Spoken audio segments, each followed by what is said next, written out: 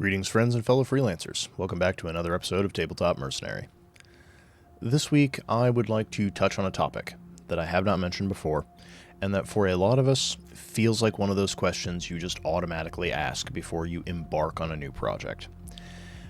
But there are some of us who can lose sight of this, and it is, without exaggeration, one of the most important questions you can have an answer to when it comes to making games. Because unlike novels, where you could argue a good story is a good story and the audience will find it, you are not just making something for telling a story. You are a purveyor of tools. You are offering players out there something you have made that will assist them in creating the experience they want. The issue becomes, if the tools in the toolbox you're selling are not tools anyone needs, no one is going to buy them. So before you put your pen to paper, ask yourself two questions. First, who is this product for? Who is your ideal audience? Who is going to be actually handing over cash for the thing you have made? And secondly, ask what need it is supposed to fill. What is it supposed to do? What problem is it supposed to solve?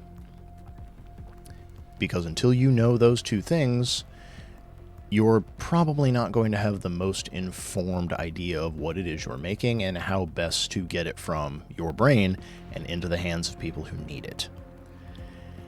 As a good example, just going through my own back catalog of stuff, consider the 100 Kinfolk project that I did with High Level Games. For those who have not come across it, link should be in the description below.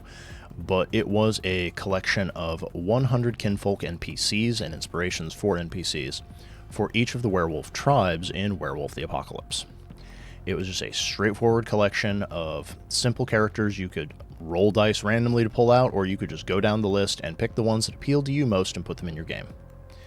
Now, ideally, this is something that you would use as a game master, a storyteller for a Werewolf the Apocalypse game, because if you know you're going to have certain werewolf tribes that are very common in your game, well, you don't want to do all the heavy lifting to put together a bunch of NPCs that may or may not get used, so you pick up this list for a couple of dollars. And then when your players go, hey, I'm on this sept for younger brother, who's around? Who could I talk to? Like, where are some kinfolk that could help me either acquire these resources or get in on this mission, or just give me the information I need to go talk to the other guru? You could just pull that out, run your finger down the list, and grab a name that you like or that fits the personality you want. That was completely an option.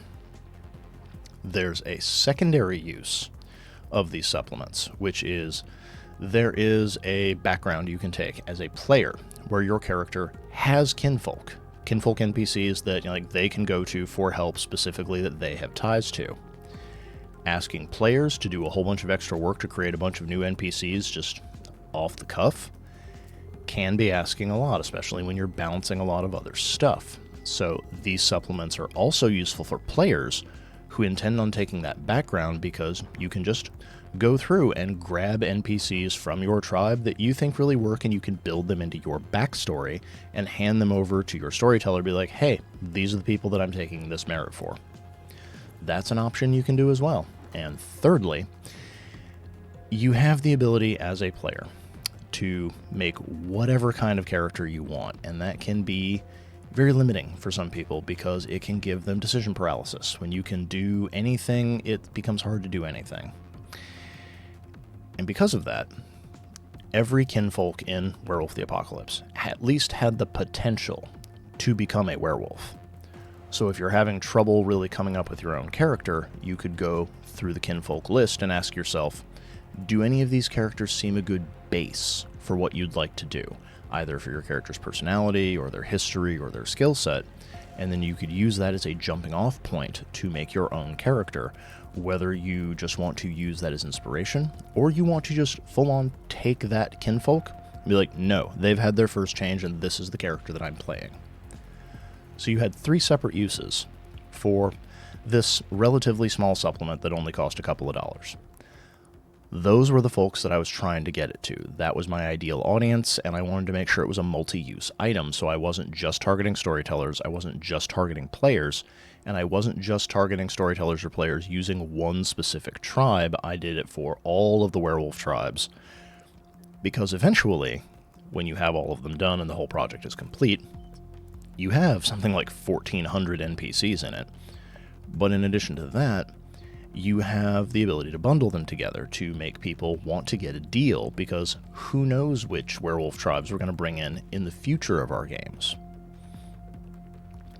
And that's sort of the thought process that I had when I was putting it together, if I needed to know who I was aiming this at, what problems it was supposed to solve, and who I was going to market it to once it was done, because the idea, I did not have any difficulty putting it together. It was a project I have done dozens and dozens and dozens of times now as far as format goes.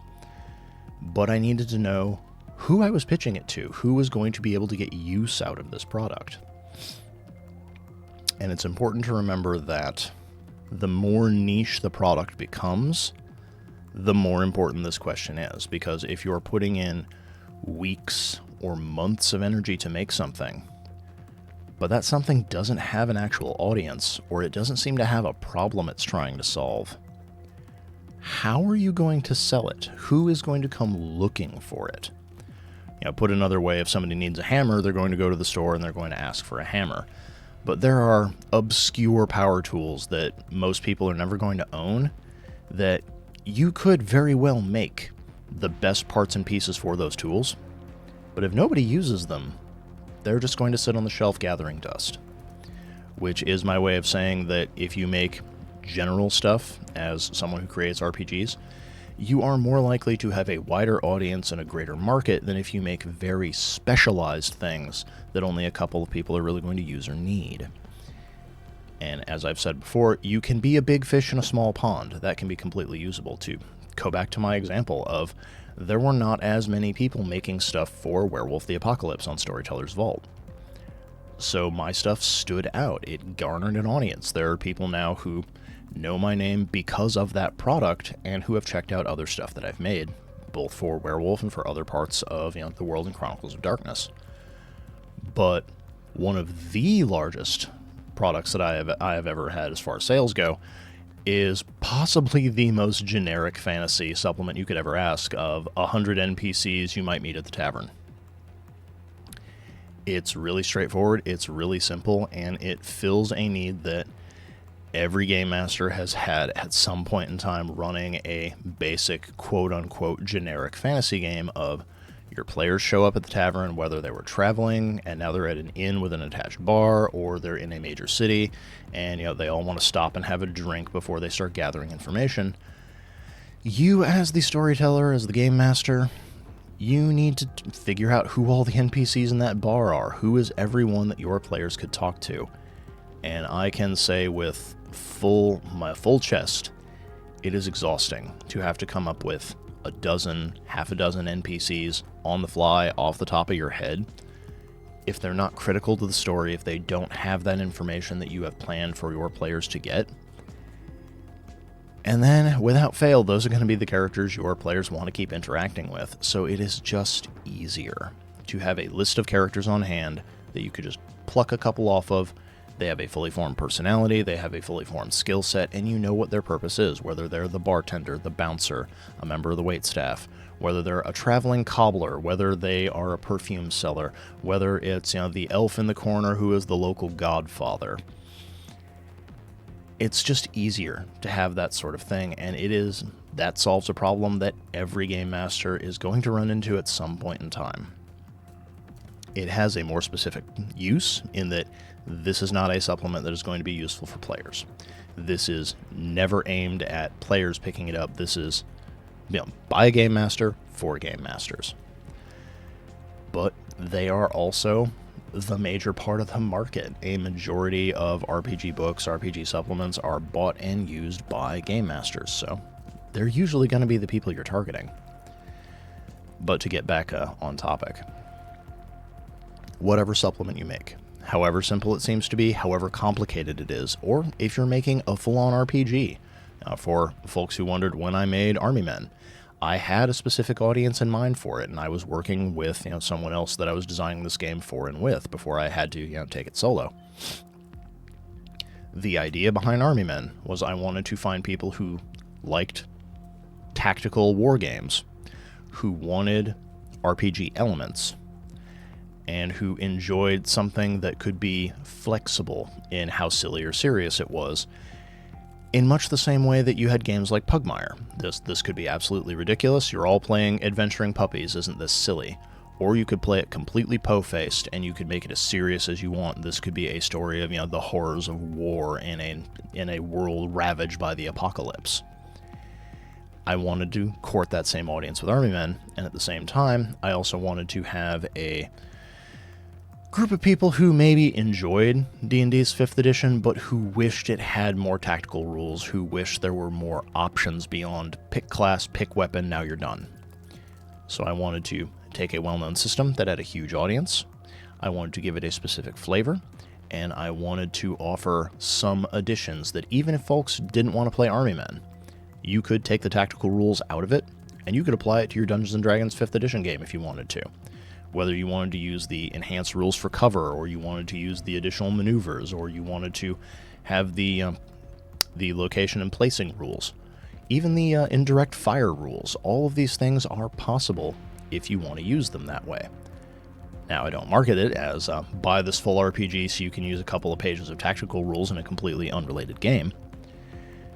But folks who want to do it will find it works that way. If that's something you've been wanting to do at your 5th ed table and you don't really want to change systems, consider picking up Army Men. It might give you exactly what you want. But this is something that a lot of us don't always consider because we get an idea in our heads, whether it's for a setting guide, or it's for a new RPG, or it's just a supplement to solve a very niche, very specific problem that we have with a particular setting or a particular game. We don't always stop and ask, how universal is this problem we have? Is there a need for this thing that we are making? And if there is not a need in quotes, obviously, RPGs are not a thing that you will starve or die of thirst from if you don't get them. But is there a desire in the community for this thing you are making?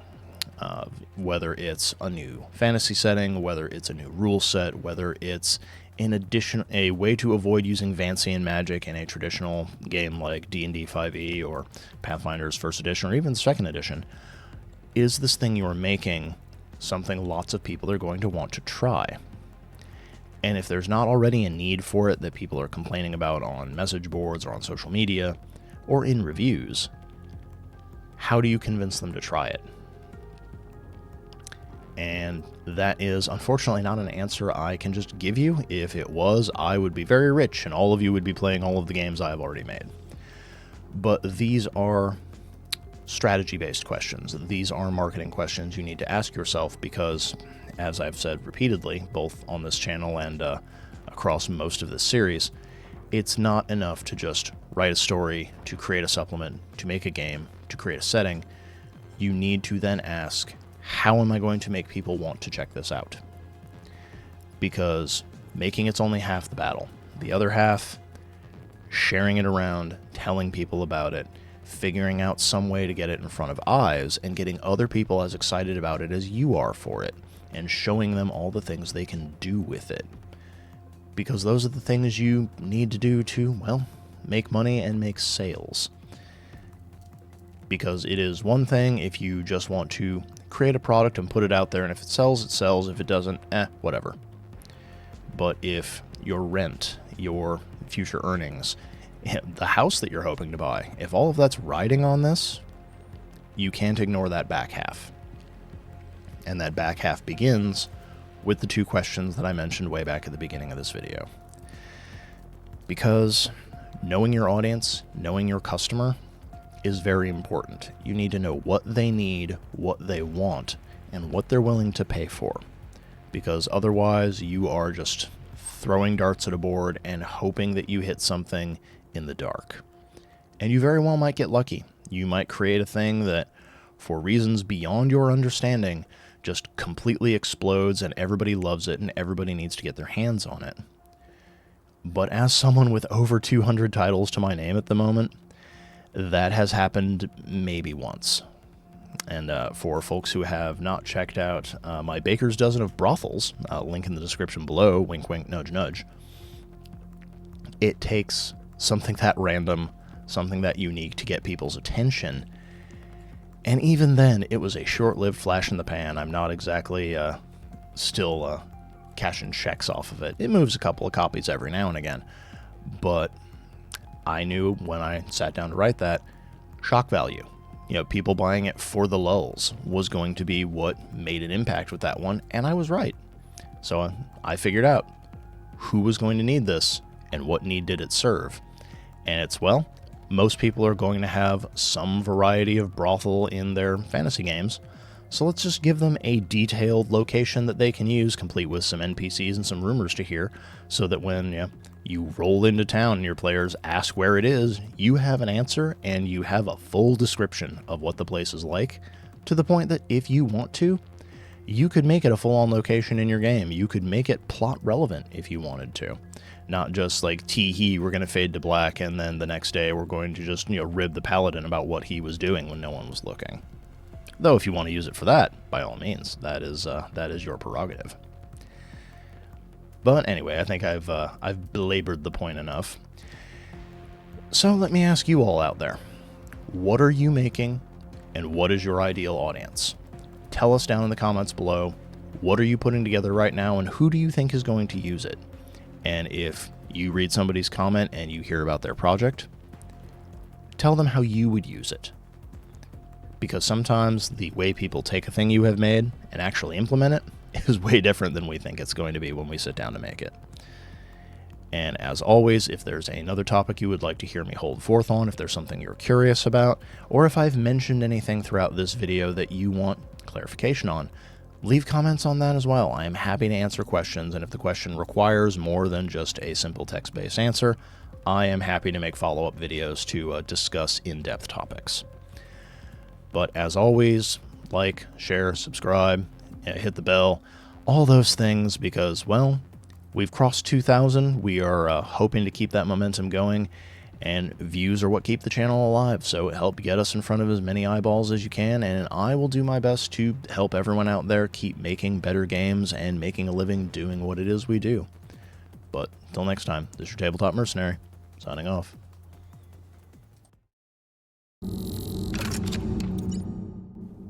First and foremost, thank you for staying to the end of this episode of Tabletop Mercenary. If there's a question you have about being an RPG creator, please don't hesitate to put it in the comments below so I can address it in a future episode. If you want to help me keep the lights on and keep this show going, then please consider subscribing to the channel, liking the video, and giving it a share on your own social media pages to help boost the signal. Lastly, if you really enjoyed this episode, please consider leaving a tip by buying me a Ko-fi or becoming a Patreon patron at the links in the video description below. You'll find me on both sites under the name The Literary Mercenary.